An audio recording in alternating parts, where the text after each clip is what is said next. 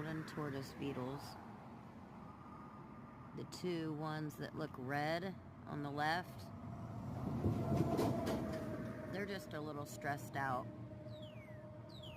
But the golden one, he's just chilling, or she.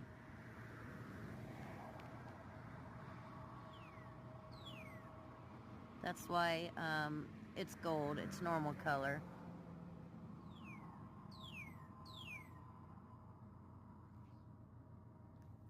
They have a liquid in their wings or their bodies, whatever you want to call it, that changes colors with their mood, and it's either usually gold or almost like a reddish pink color. They get mistaken for ladybugs a lot, and I can see